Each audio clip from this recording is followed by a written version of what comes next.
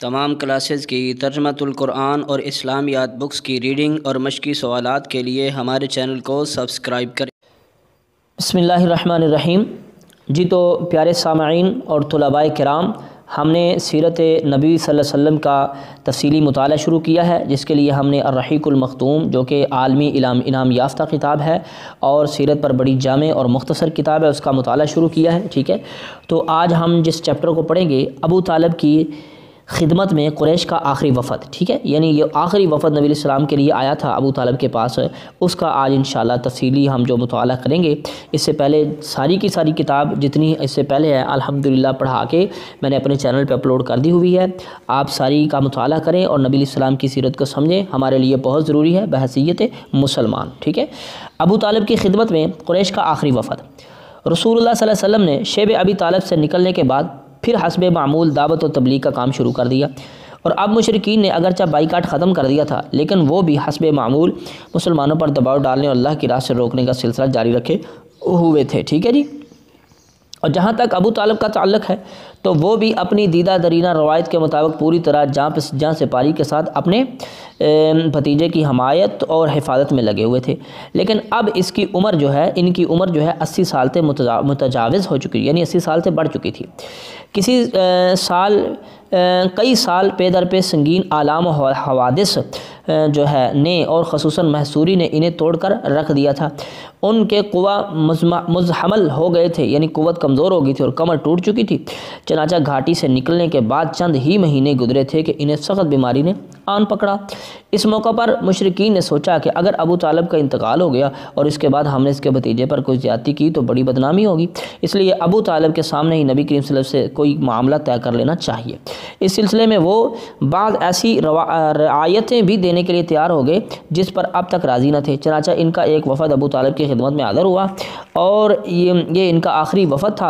ابن اسحاق وغیرہ کا بیان ہے کہ ابو طالب بیمار پڑ گئے اور قریش کو معلوم ہوا کہ ان کی حالت غیر ہوتی جا رہی ہے، تو انہوں نے آپس میں کیا کہا، دیکھو حمزہ اور عمر مسلمان ہو چکے ہیں، محمد صلی اللہ علیہ وسلم کا دین قریش کے ہر قبیلے میں پھیل چکا ہے، اس لیے چلو ابو طالب کے پاس چلیں اور اپنے بھتیجے کو کسی بات کا پابند کریں اور ہم بھی اس کے متعلق عہد لیں گے، کیونکہ البلہ ہمیں اندیشہ ہے کہ لوگ اس کی وفات کے بعد ہمارے قابو میں نہ رہیں گے۔ اچھا، ایک روایت یہ ہے کہ ہمیں اندیشہ ہے کہ یہ بڈھا مر گیا اور حضرت محمد صلی اللہ علیہ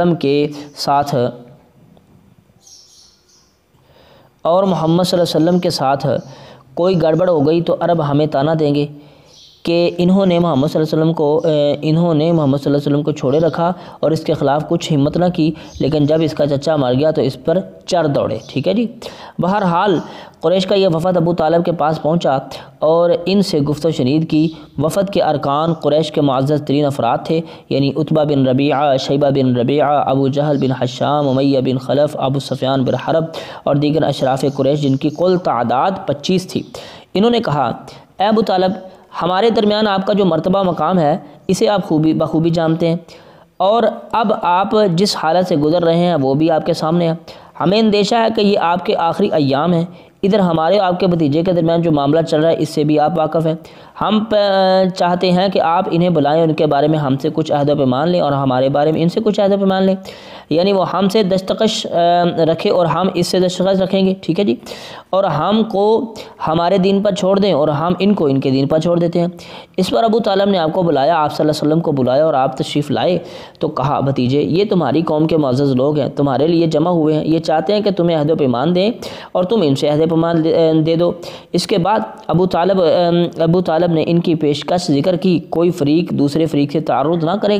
ٹھیک ہے، جواب میں رسول صلی اللہ علیہ وسلم نے وفد کو مخاطب کر کے فرمایا، آپ لوگ یہ بتائیں کہ اگر میں ایک ایسی بات پیش کروں جس کے کہنے پر جس کے تم قائل ہو جاؤ تو عرب کے بادشاہ بن جائیں اور عجب آپ کے زیر نگی ہو جائے تو آپ کی رائے کیا ہوگی؟ بعض روایتوں میں یہ کہا گیا کہ آپ نے ابو طالب کو مخاطب کر کے، میں ان سے ایک ایسی بات چاہتا ہوں جس کے یہ قائل ہو جائیں تو عرب ان کے تابع فرمان ہو جائے گا اور عجب ان سے یہ جزیہ ادا کرے گا۔ اور ایک روایت میں یہ بھی مذکور ہے، آپ نے فرمایا، چچا جان، آپ کیوں نہ انہیں ایک ایسی بات کی طرف بلائیں جو ان کے حق میں بہتر ہے۔ انہوں نے کہا، تم انہیں کس بات کی طرف بلانا چاہتے ہو؟ آپ نے فرمایا، میں ایک ایسی بات کی طرف بلانا چاہتا ہوں جس کے یہ قائل ہو جائیں تو عرب ان کا تابع ہو جائے گا اور عجب ان کی بادشاہت قائم ہو جائے گی عجب پر۔ ٹھیک ہے جی، تو ابن اسحاق کی ایک روایت یہ ہے کہ آپ نے فرمایا، آپ لوگ صرف ایک بات مان لیں جس کی بدولت آپ عرب کے بادشاہ بن جائیں گے اور عجم آپ کے زیر نگی ہو جائے گا۔ بہرحال جب یہ بات آپ نے کہی تو وہ لوگ کسی قدر توقف میں پڑ گئے اور چھٹپٹا سے گئے اور حیران تھے کہ صرف ایک بات جو اس قدر مفید ہے اسے مسترد کیسے کر دیں۔ آخر کار ابو جہل نے کہا اچھا تو بتاؤ وہ کیا بات ہے؟ تمہارے باپ کی قسم ایسی ایک بات کیا 10 باتیں بھی پیش کرو تو ہم ماننے کے لیے تیار ہیں۔ آپ نے فرمایا قولوا لا الہ الا اللہ، آپ نے فرمایا لوگو لا الہ الا اللہ کہیں اور اللہ کے سوا جو کچھ پوجتے ہو اسے چھوڑ دو۔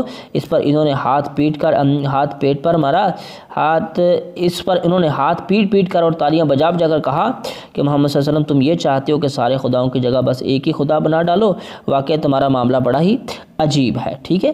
پھر آپس میں ایک دوسرے سے بولے خدا کی قسم یہ شخص تمہاری کوئی بات ماننے کو تیار نہیں ہے، لہذا چلو اپنے آباء و اجداد کے دین پر ڈٹ جاؤ یہاں تک کہ اللہ ہمارے اور اس کے درمیان فیصلہ فرما دے۔